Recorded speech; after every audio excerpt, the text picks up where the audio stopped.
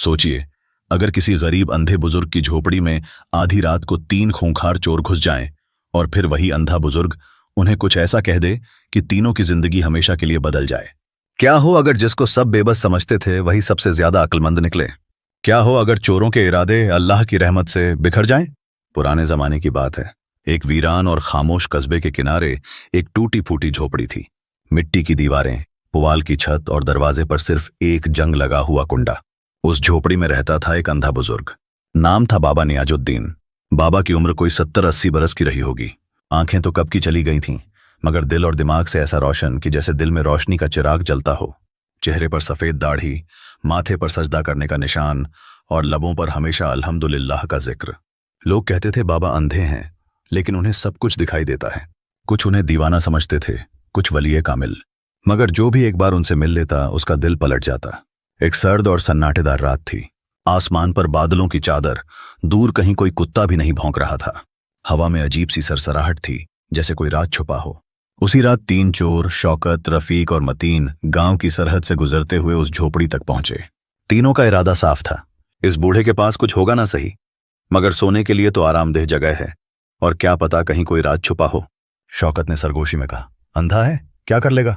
रफीक हंसा, उंगली पकड़कर भी रास्ता पूछता होगा। मतीन बोला, चलो अंदर घुसते हैं, फिर देखते हैं।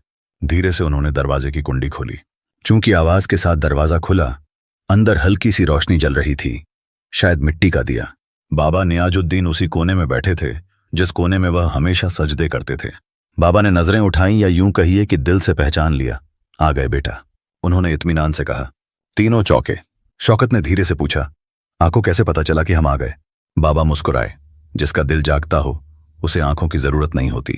तीनों चोर अब काफी परेशान थे, पर दिखावे में बोले, बाबा हम तो राह चलते मुसाफिर हैं, थोड़ी देर आराम करना है। बाबा बोले, घर अल्लाह का है, जो चाहे आए, मगर नियत पाक रखो, वरना यहां रुकना भारी पड़ेगा। इतनी सी बात ने तीनों को हिला दिया। वो जो लूट की नियत से आए थे अब सोच में पड़ गए। रफीक ने बुदबुदाया, बुजुर्ग है, क्या जाने क्या कुछ जानता हो। मतीन ने इधर उधर नजर दौड़ाई। अंदर कोई कीमती चीज नहीं थी। एक पुराना बिस्तर, कुछ किताबें, दीवार पर टंगा एक मटका और कोने में लटकी हुई तस्बीह। लेकिन उस झोपड़ी में जो रूहानी ठंडक थी वह कहीं और न थी। बेटा, मेरी आंखें नहीं हैं, मगर मैं सुन सकता हूं तुम्हारे दिल की आवाज। तुम तीनों लुटेरे हो, मगर मैं डरता नहीं, क्योंकि जो अल्लाह से जुड़ जाता है उसे किसी से खौफ नहीं होता। तीनों के पांव जमीन में गड़ गए। यह कैसे जान गया बाबा? उठे नहीं, बस हाथ फैलाकर कहा, आओ बैठो, दिल की बात सुन लो। हो सकता है अल्लाह ने तुम्हें मेरी झोपड़ी तक किसी सबब से भेजा हो। तीनों चोर, जो अपने दिलों में सैकड़ों बार झूठ बोले थे, आज पहली बार खामोश हो गए। बाबा की आवाज में एक ऐसी मिठास थी जिसमें ना डांट थी ना डर, बस एक लुत्फ था, अल्लाह का लुत्फ। धीरे धीरे तीनों कोने में बैठ गए। पहली बार किसी ने उन्हें बिना डर, बिना नफरत, बिना सवाल के अपने पास बिठाया था। बाबा बोले, अंधा हूं, मगर अपने अंदर बहुत कुछ देख चुका हूं। तुम भी देख सकते हो, अगर आंखें नहीं तो दिल से देखो। झोपड़ी के अंदर अब सिर्फ एक धीमी रोशनी थी, और तीनों चोर बाबा नियाजुद्दीन के सामने चुपचाप बैठे थे। बाहर हवाओं की सरसराहट थी और अंदर एक अजीब सुकून जो इन तीनों ने कभी महसूस नहीं किया था।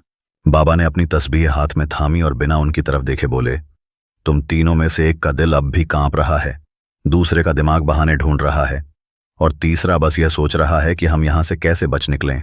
लेकिन अल्लाह से कोई बचा है कभी? रफीक ने अचानक कहा, आपको क्या मालूम हमारे दिलों में क्या है?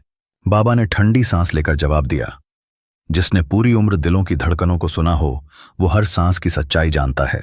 मतीन की पेशानी पर पसीना था। वह अब तक सबसे चुपचाप बैठा था, मगर अब बोला, अगर आप सब कुछ जानते हैं तो यह भी जानते होंगे कि हम कौन हैं और क्यों आए हैं। बाबा ने मुस्कुराकर सिर हिलाया, जानता हूं बेटा, और यह भी जानता हूं कि तुम तीनों के अंदर अभी कुछ बाकी है। शायद शर्म, शायद तड़प, शायद उम्मीद, या शायद सिर्फ। बंदों के लिए दरवाजे खोलने में कभी देर नहीं करता, बस सच्ची तौबा करनी होती है। बाबा की बातों ने तीनों के दिलों में एक नई रोशनी भर दी थी। रफीक, मतीन और शौकत अब खुद को पहले से कहीं हल्का महसूस कर रहे थे। बाहर की दुनिया की सारी तड़क भड़क और खौफ उनके दिलों से दूर होते जा रहे थे। शौकत ने धीरे से कहा, बाबा, क्या हमें अब कुछ नहीं करना चाहिए? क्या हमें अपनी जिंदगी को बदलने की कोशिश नहीं करनी चाहिए? बाबा ने मुस्कुराते हुए उत्तर दिया, बेटा, असली बदलाव सिर्फ अल्लाह की ओर रुख करने से होता है। जुड़ जाओ उसे, अपनी सच्चाई से, अपनी तायत से। जैसे जैसे तुम उसकी ओर बढ़ोगे वैसे वैसे तुम्हारी जिंदगी बदलने लगेगी। तीनों ने एक दूसरे की तरफ देखा। यह पहली बार था जब उन्होंने बिना किसी डर या शर्म के अपने दिल की बात एक दूसरे से की। मतीन ने आगे बढ़कर कहा, बाबा, हमें सच्चाई की राह पर चलना है और अल्लाह से मदद मांगनी है। हमें खुद को बदलना होगा। बाबा ने सिर हिलाया। बस अपनी मंशा को पाक रखो और अल्लाह आपके कदमों को खुद रास्ता दिखाएगा। रात का सन्नाटा अब सुकून की आवाज में बदल चुका था। चोरों का दिल अब तौबा की गहराई में डूब चुका था। उन्होंने अपने सच्चे इरादे बनाए और अल्लाह की रहमत का स्वागत किया। बाबा ने तस्बीह का एक और दाना लिया और कहा, अब तुम सब खुदा की राह पर चलने का इरादा कर चुके हो तो यह जान लो कि तुम्हारे लिए कोई भी राह कठिन नहीं है। रोशनी की पहली किरणों के साथ उन्होंने एक नई शुरुआत की। अल्लाह के दर पर सच्चे इरादों के साथ खड़े हुए। उनके दिलों में अब सिर्फ एक अलौकिक सुकून था। बाबा की बातों ने तीनों के दिलों में एक नई उम्मीद जगाई। उनकी कांपती आवाज में जो डर था वह अब धीरे धीरे एक नई रोशनी में बदल रहा था। मतीन ने कहा, बाबा, क्या सच में हम अपनी गुनाहों को भुला सकते हैं? बाबा ने मुस्कुराते हुए उत्तर दिया, बेटा, गुनाहों की गिनती नहीं होती बल्कि तौबा की सच्चाई मायने रखती है। जब एक आंसू तौबा से गिरता है तो वह अल्लाह के नजदीक होता है। शौकत ने चिंतन में डूबते हुए कहा, हमने कभी किसी की आंखों में आंसू नहीं देखे, सिर्फ चीखें सुनी हैं। बाबा ने उनकी बात को समझते हुए कहा, अगर तौबा सच में सच्ची है तो तुम्हें एक काम करना होगा। कल सुबह की फज्र की अजान के बाद इस गांव के पास जो पुराना कुआं है वहां जाना। वहां तुम्हारी रूह की आवाज तुम्हें मिलेगी। तीनों अचरज में पड़ गए। वहां हमें क्या मिलेगा? बाबा ने कहा, जाओ बिना सवाल किए, हिदायत रास्ते में मिलती है। रात का सन्नाटा अभी भी उनकी मानसिकता को प्रभावित कर रहा था, लेकिन उन्होंने अपने दिलों में एक नया साहस जगा लिया। लंबे समय बाद उन्हें चैन की नींद आई। सुबह की अजान हुई। बाबा ने बिना कुछ कहे तस्बीह को छुआ। तीनों उठ खड़े हुए। रफीक ने बाबा की झोपड़ी की चौखट को चूमा जबकि मतीन की आंखें नम थीं। शौकत ने दुपट्टा बांधते हुए कहा, बाबा, हम वापस जरूर आएंगे, लेकिन अब हम वहीं नहीं होंगे। वे उसी राह पर चल पड़े जहां रात को वे चोर बनकर आए थे, लेकिन अब वे तौबा की रोशनी के साथ निकल रहे थे। कुएं तक का रास्ता वीरान और खामोश था। जब वे वहां पहुंचे तो जो नजारा देखा उसने उनकी सांसें रोक दी। कुएं के पास न कोई इंसान था न जानवर। किनारे पर एक छोटी सी पोटली रखी थी जिस पर एक पुर्जा था। शौकत ने सबसे पहले वह पुर्जा उठाया। उस पर लिखा था, जो सच्चा तौबा करता है। 5 था और जमीन पर कुछ बुजुर्ग लोग तस्बीह के साथ बैठे हुए थे। उन्हें देखकर मतीन ने कहा, यहां का सुकून तो किसी और ही दुनिया में ले जाता है। शौकत ने सहमति में सिर हिलाते हुए कहा, इसी तरह की शांति हमें आगे और आगे बढ़ने का साहस देगी। तीनों ने एक कोने में बैठकर अल्लाह की तौबा की। रफीक ने अपनी आंखें बंद करते हुए कहा, या अल्लाह, हमें अपनी राह पर चलने की ताकत दे। उनकी आहें और तावीजें उस मस्जिद में गूंजने लगीं। अब वे सिर्फ इंसाफ के लिए ही नहीं बल्कि अपने अंदर के शिकंजे को तोड़ने के लिए भी जुटे हुए थे। उन्हें इतना सुकून मिल चुका था कि वे अपनी पूर्व जन्म के गुनाहों को भुलाकर एक नई शुरुआत करना चाहते थे। शौकत ने आंखें खोलते हुए कहा, क्या आपको लगता है कि रजिया बीवी की दुआ हम पर असर डालेगी? मतीन ने हंसते हुए कहा, दुआ का असर तो तब होता है जब इंसान अपनी पक्की नीयत से आगे बढ़ता है। रफीक ने कहा, हमें इस नई राह पर चलने में कोई भी हिचकिचाहट नहीं होनी चाहिए। अब हम सिर्फ अपने लिए नहीं बल्कि उन सभी के लिए जिएंगे जिन्हें हमने नुकसान पहुंचाया है। फिर वे तीनों एक दूसरे का हाथ थामकर खड़े हुए। उन्होंने एक नई कसम खाई कि वे अपनी जिंदगी को पूरी तरह से बदल देंगे और इस बार उनका हर कदम इंसाफ की ओर होगा। आखिरकार वे मस्जिद से बाहर निकले जहां एक नया सफर उनकी प्रतीक्षा कर रहा था। उनके दिलों में एक नई रोशनी थी। हवा में खुशबू, ईमान और सामने एक बूढ़ा मौलवी सजदे में झुका हुआ। तीनों ने एक कोने में जाकर हाथ उठाए। रफीकत ने दुआ मांगी। लफ्ज कांप रहे थे मगर दिल साफ था। या रब, अगर अब भी मेरी आवाज तेरे अर्श तक पहुंचा सकती है तो मुझ जैसे बदनसीब को भी हिदायत दे दे। मौलवी ने नमाज पूरी करके जब तीनों को देखा तो कुछ देर तक बस देखा ही किया। फिर बोला, तुम्हारे माथों पर अजैत का दाग है लेकिन आंखों में तलाश भी है। मतीन ने सीधे कहा, हम चोर थे लेकिन अब नहीं बनना चाहते। क्या आप हमें सीधा रास्ता दिखा सकते हैं? बात कही। कुरान वो आईना है जिसमें चोर भी देखे तो मुसाफिर बन जाता है। उस दिन से तीनों ने मस्जिद के काम संभालना शुरू किया। सफाई, पानी भरना, वजू के लिए बाल्टी रखना, बायजोटी काम मिलता करते। कोई नहीं जानता था ये वही लोग हैं जिनसे कस्बा कांपता था, मगर अल्लाह जानता था और अल्लाह ही काफी था।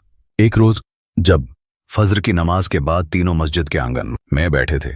मौलवी साहब ने कहा, अब तुम्हें की उस बुजुर्ग के पास वापस जाना चाहिए जिसने तुम्हारे सीने में अल्लाह की लौ जलाई। तीनों ने बिना एक लफ्ज बोले हामी भर दी। फिर वही कच्चा रास्ता, फिर वही झोपड़ी। नियाजुद्दीन बाहर चारपाई पर बैठे थे, आंखें अब भी बंद, मगर दिल की रोशनी पहले से और तेज। उनके होठों पर हल्की सी मुस्कान आई जब तीनों उनके सामने आकर खड़े हुए। तौबा मुकम्मल हो तब तक सफाई जारी रहती है, बाबा ने कहा। अब अगला हुक्म सुनो। तीनों झुककर बैठ गए जैसे उस्ताद के सामने तलबा। बाबा बोले, अब तुम्हें वहां जाना है जहां तुम्हारी वजह से किसी बच्चे की किताबें जली थीं, किसी मां का इम्तिहान अधूरा रह गया था, जहां जुल्म सिर्फ लूट नहीं था बल्कि उम्मीदों की गर्दन दबा दी गई थी। शौकत ने सर झुका लिया।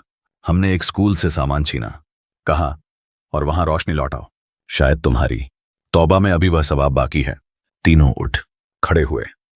अब उनका अगला पड़ाव एक टूटा हुआ मदरसा था जिसकी दीवारों पर अब भी राख की परतें थीं।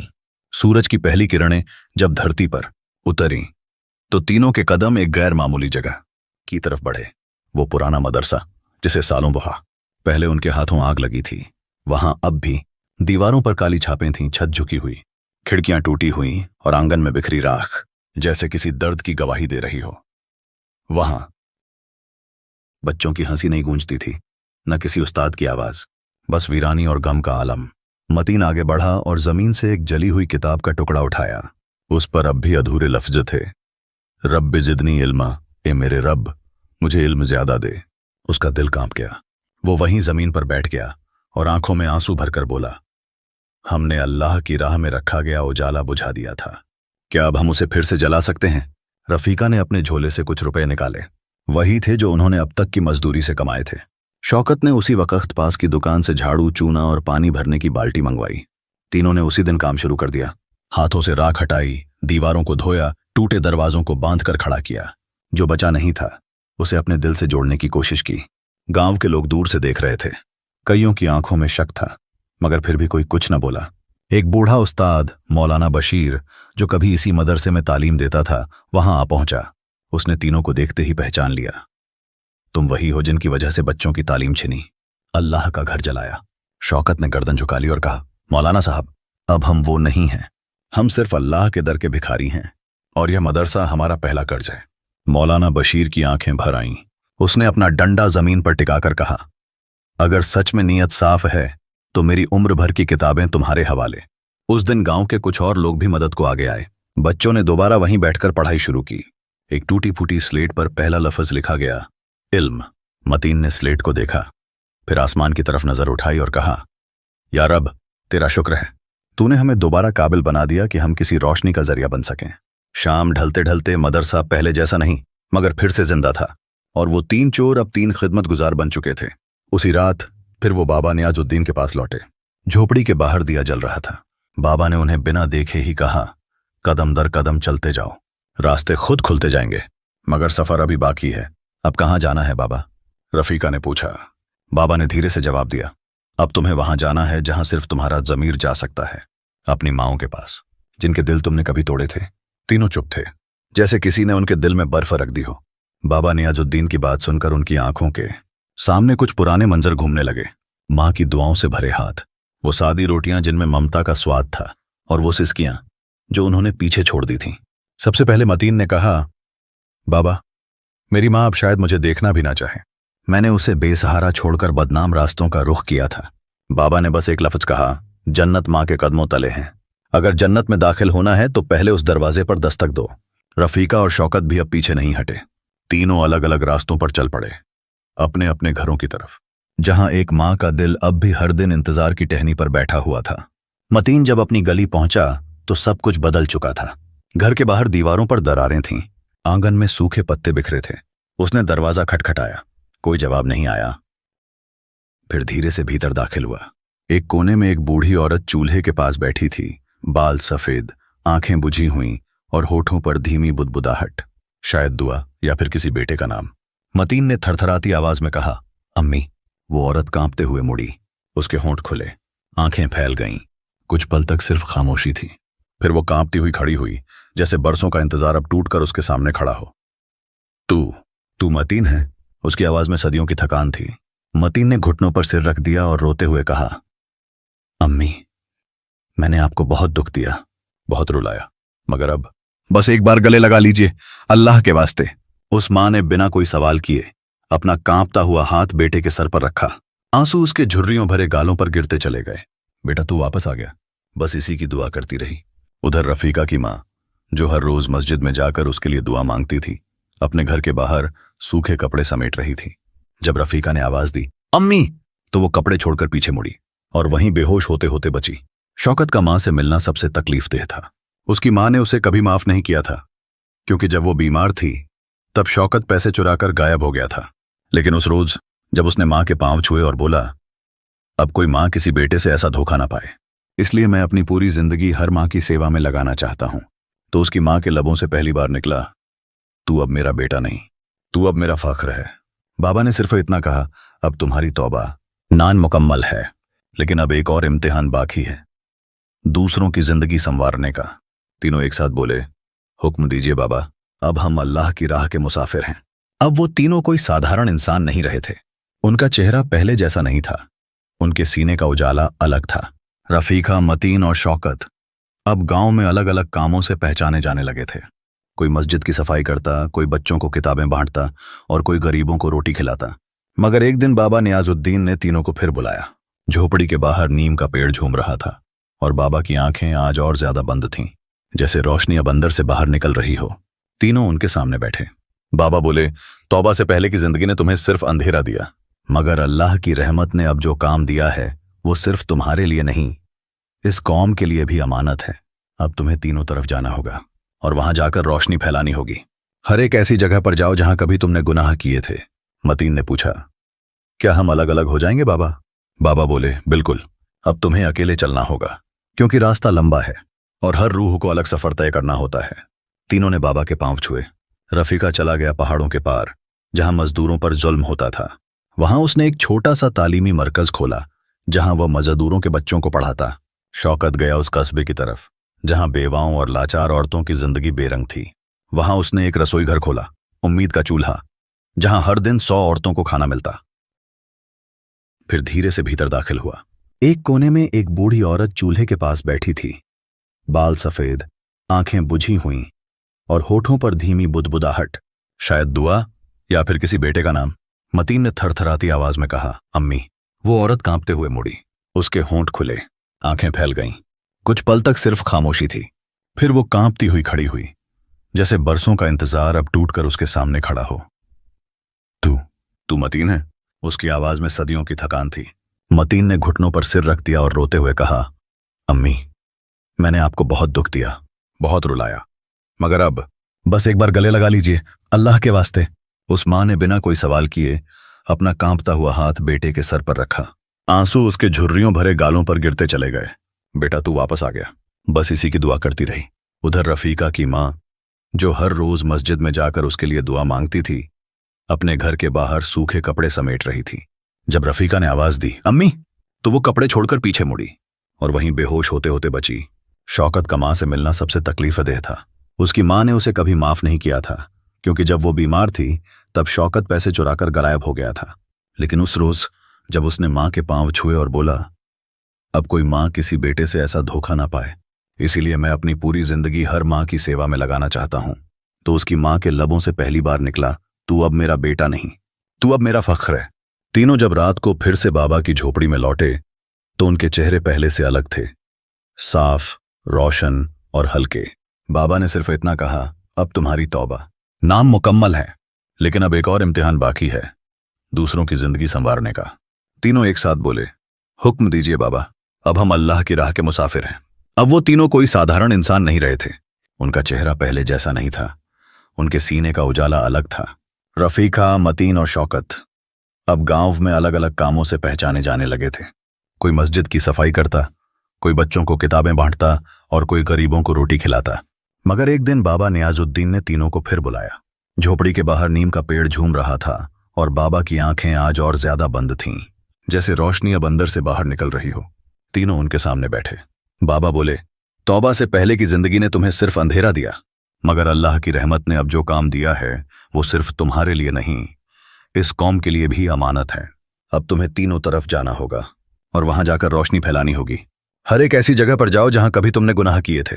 मतीन ने पूछा, क्या हम अलग अलग हो जाएंगे बाबा? बाबा बोले, बिल्कुल। अब तुम्हें अकेले चलना होगा क्योंकि रास्ता लंबा है और हर रूह को अलग सफर तय करना होता है। तीनों ने बाबा के पांव छुए। रफीका चला गया पहाड़ों के पार, जहां मजदूरों पर जुल्म होता था। वहां उसने एक छोटा सा तालीमी मरकज खोला जहां वह मजदूरों के बच्चों को पढ़ाता। शौकत गया उस कस्बे की तरफ जहां बेवाओं और लाचार औरतों की जिंदगी बेरंग थी। वहां उसने एक रसोई घर खोला, उम्मीद का चूल्हा, जहां हर दिन 100 औरतों को खाना मिलता।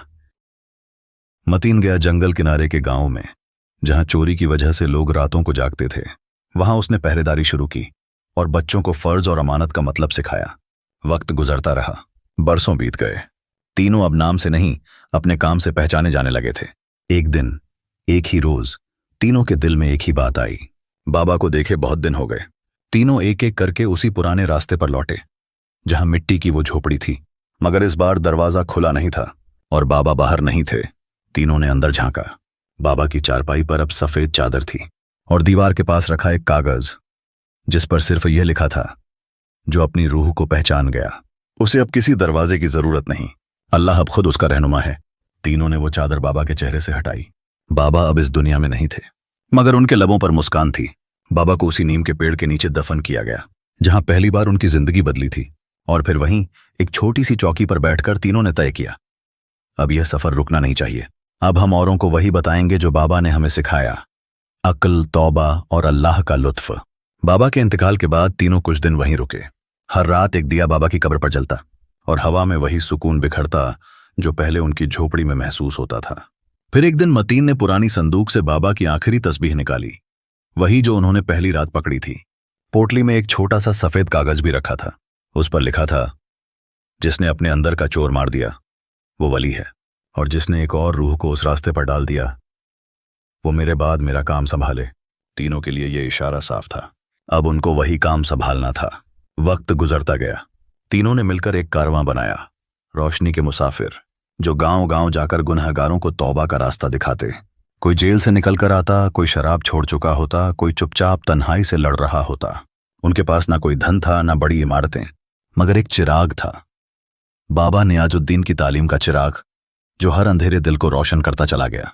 आज भी लोग कहते हैं, अगर कहीं अंधेरे में कोई चुपचाप रो रहा हो तो वो तस्बीह के दाने जरूर सुन लेता है, और कहीं ना कहीं कोई रोशनी का मुसाफिर उसे